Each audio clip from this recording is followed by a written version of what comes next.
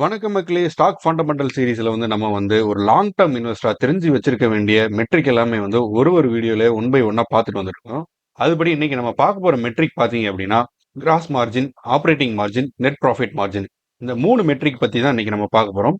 இதுபடி நம்ம ஃபர்ஸ்ட் பார்க்க போற மெட்ரிக் பாத்தீங்க அப்படின்னா கிராஸ் மார்ஜின். கிராஸ் மார்ஜின்ங்கிறது பாத்தீங்க அப்படின்னா ரெவன்யூல cost of goods sold percentage எவ்வளவு எக்ஸீட் ஆகி இருக்குங்கிறது தான் இந்த கிராஸ் மார்ஜின் சொல்லுவாங்க. இது ஒரு முக்கியமான ஃபினான்சியல் மெட்ரிக்கா இருக்கும். பிளஸ் ஒரு கம்பெனி ப்ராடக்ட்டை எப்படி ப்ரொடியூஸ் பண்றாங்க அண்ட் செல்லிங் பண்றாங்க அப்படிங்கறதான் அவங்களோட எஃபிஷியன்சி தீர்மானிக்கிறதா இந்த மெட்ரிக்கா இருக்கும். கிராஸ் மார்ஜின் ஹையா இருக்குங்கிற பட்சத்துல பாத்தீங்க அப்படின்னா அந்த கம்பெனி ஒரு ரூபாயிலையும் அவங்களோட ப்ராடக்ட் உற்பத்தி பண்ணது போக பேலன்ஸ் இருக்கக்கூடிய அமௌண்ட்டை குறிக்கும். இதுக்கான ஃபார்முலா பாத்தீங்க அப்படின்னா கிராஸ் மார்ஜின்ங்கிறது revenue minus cost of goods sold divided by revenue into 100. இதுதான் கிராஸ் மார்ஜினோட ஃபார்முலா. இதுபடி நம்ம ஒரு எக்ஸாம்பிள் எடுத்துக்குவோம். ஏபிசி அப்படின்னு ஒரு கம்பெனி இருக்கு. இந்த கம்பெனியோட ரெவன்யூ பாத்தீங்க அப்படின்னா 10 லட்சம் அப்படிங்கிற மாதிரி இருக்குது. இதோட காஸ்ட் ஆஃப் குட்ஸ் சோல்டு பாத்தீங்க அப்படின்னா 6 லட்ச ரூபா. அதாவது அவங்க ப்ரொடியூஸ் பண்ணி செல் பண்ண குட்ஸோட காஸ்ட் பாத்தீங்க அப்படின்னா 6 லட்ச ரூபா. ஸோ இந்த ஃபார்முலா அப்படி பாத்தீங்க அப்படின்னா gross margin equal to 10 lakh minus 6 lakh divided by 10 lakh into 100 போட்டோம் அப்படின்னா 40% வரும். ஸோ இதுபடி பாத்தீங்க அப்படின்னா இந்த கம்பெனி ஒரு ரூபாலையும் பாத்தீங்க அப்படின்னா 40 பைசா ரீடைன் பண்றாங்க. அவங்களோட அந்த குட்ஸை ப்ரொடியூஸ் பண்ணி வித்தது போக இருக்கக்கூடிய அமௌண்ட் 40 பைசாவா இருக்கும் ஒரு ரூபாக்கும். இதுதான் கிராஸ் மார்ஜின் சொல்லுவாங்க. அதே சமயத்துல ரெவன்யூங்கிறது என்னங்கிறத நம்ம பாத்துறோம். ரெவன்யூங்கிறது பாத்தீங்க அப்படின்னா ஒரு கம்பெனி ஒரு பொருளை உற்பத்தி செஞ்சு அது மூலமா கிடைக்கக்கூடிய பணம் தான் பாத்தீங்க அப்படின்னா ரெவன்யூன்னு சொல்லுவாங்க. இதை சேல்ஸ் ஆர் டேர்ன் ஓவர்னு கூட சொல்லுவாங்க. இது பொருள் மட்டும் இல்ல, சர்வீஸ் மூலமாவும் ஒரு கம்பெனி ஏர்ன் பண்றாங்க அப்படின்னா, அதாவது அவங்க பிசினஸ் மூலமா அவங்களுக்கு டைரக்டா ஏர்ன் பண்ணி கிடைக்கிறது எல்லாமே ரெவன்யூ அப்படிங்கிற ஒரு கேட்டகரிக்குள்ள இருக்கும். இது ஒரு முக்கியமான கீ இண்டிகேட்டரா இருக்கும். ஃபினான்சியல் பெர்ஃபார்மன்ஸ் ஒரு கம்பெனி நம்ம தெரிஞ்சுக்கணும் அப்படிங்கிற பட்சத்துல. அடுத்து பாத்தீங்க அப்படின்னா காஸ்ட் ஆஃப் சோல்டு அப்படிங்கிறது பாத்தீங்க அப்படின்னா இது ஒரு பொருளை உற்பத்தி செஞ்சு நம்ம சேல் பண்றோம் இல்லையா, இதுல வரக்கூடிய டைரக்ட் காஸ்ட் எல்லாமே பாத்தீங்க அப்படின்னா இந்த காஸ்ட் ஆஃப் குட்ஸ் சோல்டு அப்படிங்கிறதுக்குலாம் இருக்கும். இதுல மெயினா பாத்தீங்க அப்படின்னா raw material cost, labour cost, manufacturing overhead இதெல்லாம் பாத்தீங்க அப்படின்னா இந்த காஸ்ட் ஆஃப் குட்ஸ் சோல்டு இதுக்குள்ள இருக்கும். ஸோ இதுதான் கிராஸ் மார்ஜின் சொல்லுவோம். ஸோ அடுத்து பாத்தீங்க அப்படின்னா ஆப்ரேட்டிங் மார்ஜின். ஆப்ரேட்டிங் மார்ஜின்ங்கிறது பாத்தீங்க அப்படின்னா ஒரு கம்பெனியோட ரெவன்யூல இருக்கக்கூடிய பெர்சன்டேஜ், அதாவது அவங்களோட ஆப்ரேட்டிங் எக்ஸ்பென்ஸ் எல்லாம் கவர் பண்ணதுக்கு அப்புறம் இருக்கக்கூடிய ஒரு பெர்சன்டேஜ் தான் பாத்தீங்க அப்படின்னா ஆப்ரேட்டிங் மார்ஜின் சொல்லுவோம். இது பாத்தீங்க அப்படின்னா இது எதை இண்டிகேட் பண்ணும் அப்படின்னா ஒரு கம்பெனியோட எவ்வளவு எஃபிஷியண்டா அவங்க கோர் பிசினஸ் ஆப்ரேஷன்ஸ் மேனேஜிங் பண்றாங்க அப்படிங்கறது காட்டக்கூடிய ஒரு கீ இண்டிகேட்டரா இந்த மெட்ரிக் இருக்கும். இதோட ஃபார்முலா பாத்தீங்க அப்படின்னா operating margin equal to operating income divided by revenue into 100. இதுதான் இதோட ஃபார்முலா. அதே மாதிரி ஆப்ரேட்டிங் இன்கம் அப்படிங்கிறது என்னன்னு பாத்தீங்க அப்படின்னா ரெவன்யூ மைனஸ் ஆப்ரேட்டிங் எக்ஸ்பென்சஸ். இதுதான் ஆப்ரேட்டிங் இன்கம் அப்படிங்கிறது சொல்லுவோம். ஒரு கம்பெனி நம்ம எடுத்துக்கலாம், ஏபிசி அப்படின்னு ஒரு கம்பெனி. இதோட ரெவன்யூங்கிறது பாத்தீங்க அப்படின்னா 10 லட்சமா இருக்குது. இதோட ஆப்ரேட்டிங் எக்ஸ்பென்ஸுங்கிறது பாத்தீங்க அப்படின்னா இன்க்ளூடிங், அதாவது cost like salary, rent, utilities, current bill இந்த மாதிரி வருது இல்லையா, இது எல்லாமே சேர்ந்து இருக்கிறது இந்த ஆப்ரேட்டிங் எக்ஸ்பென்ஸ். அது ஒரு 7 lakh அப்படிங்கிற மாதிரி இருக்குது. ஸோ இதுபடி பாத்தீங்கன்னா ஃபர்ஸ்ட் நம்ம ஆப்ரேட்டிங் இன்கம்ங்கிறது கண்டுபிடிக்கலாம். அதோட ரெவன்யூ பாத்தீங்கன்னா 10 லட்சம் மைனஸ் ஆப்ரேட்டிங் எக்ஸ்பென்ஸ்ங்கிறது 7 லட்சம். ஸோ இது ரெண்டையும் மைனஸ் பண்ணும்போது கிடைக்கிறது பாத்தீங்க அப்படின்னா ஆப்ரேட்டிங் இன்கம்ங்கிறது 3 லட்சம். ஸோ ஆப்ரேட்டிங் மார்ஜின் பார்க்கும்போது பாத்தீங்க அப்படின்னா இந்த 3 லட்சம் டிவைடட் பை 10 லட்சம் அப்படின்னு போகும்போது பாத்தீங்க அப்படின்னா 30% கிடைக்கும்.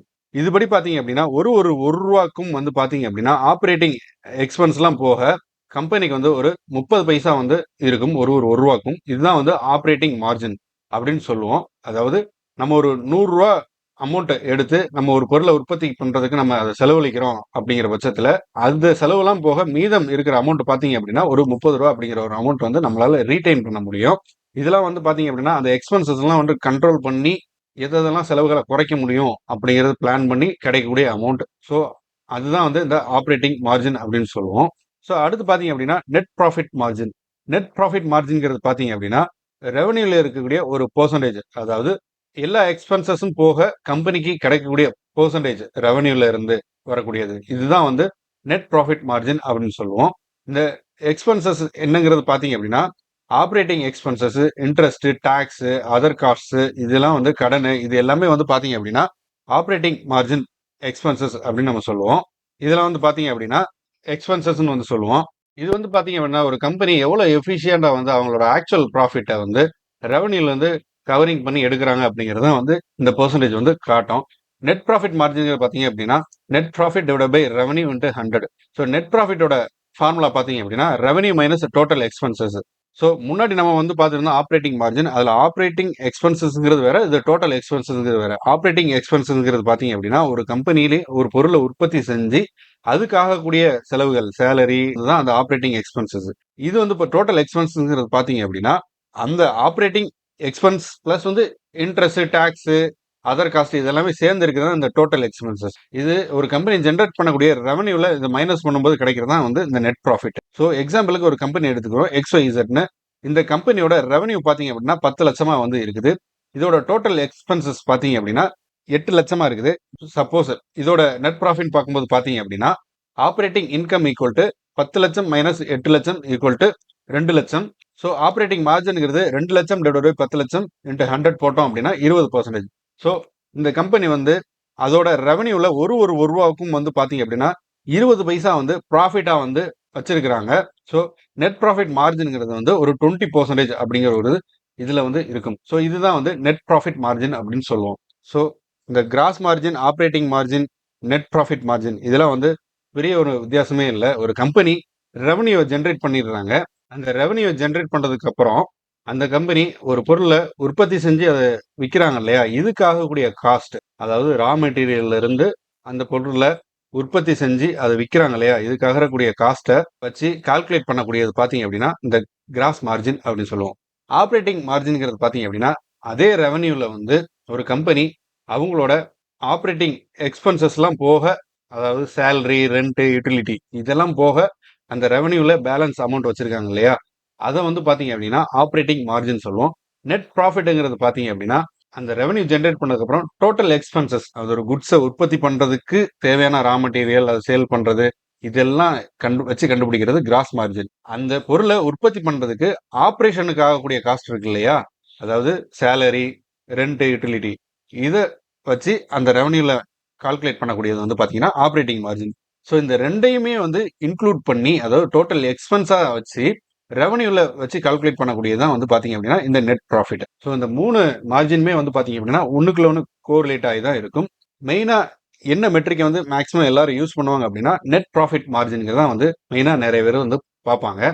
பிளஸ் இந்த கிராஸ் மார்ஜின், ஆப்ரேட்டிங் மார்ஜின் இதெல்லாம் வந்து என்ன பார்த்துக்கலாம் அப்படின்னா ஒரு பொருளை எவ்வளவு எஃபிஷியண்டா வந்து ப்ரொடியூஸ் பண்ணி எப்படி சேல்ஸ் பண்றாங்க அப்படிங்கறத பார்க்கறதுக்கு கிராஸ் மார்ஜினும், அவங்க உள்ள மேனேஜிங் அவங்களோட ப்ரொடக்ஷன் வந்து எப்படி எஃபிஷியண்டா வந்து மேனேஜ் பண்றாங்க பிளான்ட்டை அப்படிங்கிறத வந்து தெரிஞ்சுக்கிறதுக்கு வந்து ஆப்ரேட்டிங் மார்ஜினும், எவ்வளோ வந்து ரெவன்யூல வந்து ப்ராஃபிட்டை வந்து அவங்க எடுக்கிறாங்க அப்படிங்கிறத தெரிஞ்சுக்கிறதுக்கு நெட் ப்ராஃபிட் மார்ஜினையும் வந்து நம்ம யூஸ் பண்ணிக்கலாம். ஸோ இந்த மெட்ரிக்லாம் வந்து நம்ம லாங் டேர்ம் இன்வெஸ்டரா இருக்கும்போது கண்டிப்பாக வந்து தெரிஞ்சிருக்கணும். அதே சமயத்தில் நம்ம முன்னாடியே சொல்ற மாதிரி ஒரு கம்பெனியை கம்பேர் பண்ணணும் அப்படின்னா கண்டிப்பா அந்த கம்பெனியை அதே செக்டார்ல இருக்கக்கூடிய கம்பெனியில தான் வந்து நம்ம கம்பேர் பண்ணணும். வேற வேற செக்டார்ல இருக்கக்கூடிய கம்பெனிகளோட இந்த மார்ஜின்ஸ் வந்து கம்பேர் பண்றது என்னைக்குமே கரெக்டா இருக்காது.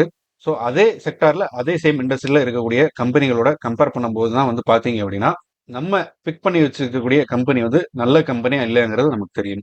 ஸோ இந்த மெட்ரிக் ரிலேட்டடா வேற ஏதாவது உங்களுக்கு சந்தேகங்கள் இருந்தா கமெண்ட் செக்ஷன்ல கமெண்ட் பண்ணுங்க. கண்டிப்பா உங்க டவுட்ஸ் வந்து கிளியர் பண்ணுவோம்.